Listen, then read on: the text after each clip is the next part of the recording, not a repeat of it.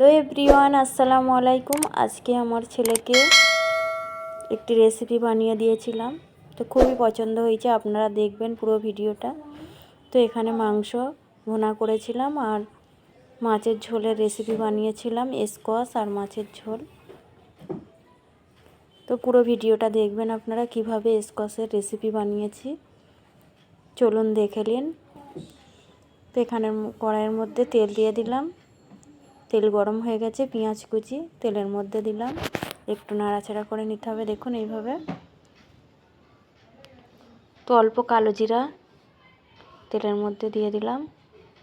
তো এইভাবে নাড়াচাড়া করে পেঁয়াজটা ভেজে নিতে হবে। দেখুন পেঁয়াজটা ভাজা হয়ে এসেছে। তো এরই মধ্যে সব সবজি দিয়ে দেবো। আবার দিয়ে দিলাম সবজিটা এর মধ্যে হালকা ভেজে নিতে হবে। দেখুন এভাবে নাড়াচাড়া করে নিয়ে ভেজে নেব আমি। তো সবজিটা ভাজা হয়েই এসেছে, হালকা কালার হয়ে এসেছে। তো এর মধ্যে এখন গুঁড়ো মশলা দিয়ে দিলাম, হলুদ গুঁড়ো, লঙ্কার গুঁড়ো, ধনিয়া, জিরার গুঁড়ো, লবণ, আদা রসুনের পেস্ট,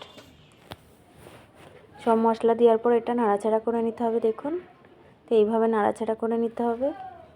দিয়ে কিছুক্ষণ নাড়াচাড়া করতে হবে অল্প করে জল দিয়ে দিয়ে। তো এখন শুধুই আমি নাড়াচাড়া করছিলাম। দেখুন তো এর মধ্যে ভালোভাবে সবজিটা মশলা দেখুন সবজির গায়ে গায়ে হয়ে গেছে। এর মধ্যে একটি টমেটো দিয়ে দিলাম, অল্প জল দিলাম, দিয়ে আবার নাড়াচাড়া করে নিচ্ছিলাম। আর এটা খেতে দারুণ হয়েছে। আমরা খাওয়ার পরেই ভিডিও ছাড়ি। তো এখানে দেখুন ভালোভাবে নাড়াচাড়া করে নিয়েছি। নিয়ে এর মধ্যে কাঁচা গন্ধ না থাকে।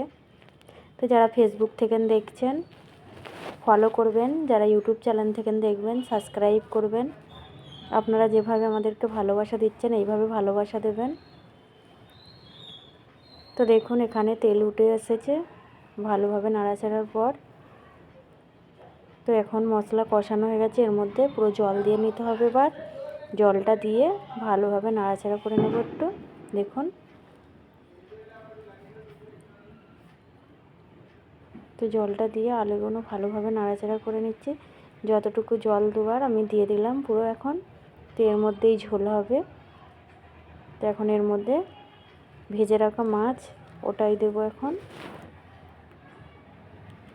দেখে কেমন লাগছে আপনারা কমেন্টে জানাবেন। আর আমার ছেলে কাঁটা বাছতে পারে না, আমিই কাঁটা বেছে খাওয়াই। তো এই কারণে আমি মাছের কাবাব বানিয়েছিলাম, ওই দুটো দিয়ে দিলাম মাছের কাবাব। পরে রেসিপি দেব কিভাবে মাছের কাবাব বানিয়েছিলাম। দেখুন ঢাকনা বন্ধ করে দিলাম। আর এখানে রেডি ঝোল রেসিপি। যেভাবে বানালাম এভাবে বানাবেন, এটা খেতে দুর্দান্ত হয়। তো যারা আমাকে ভালোবাসা দিচ্ছেন তাদেরকে অসংখ্য ধন্যবাদ। যারা ফলো করেননি ফলো করবেন,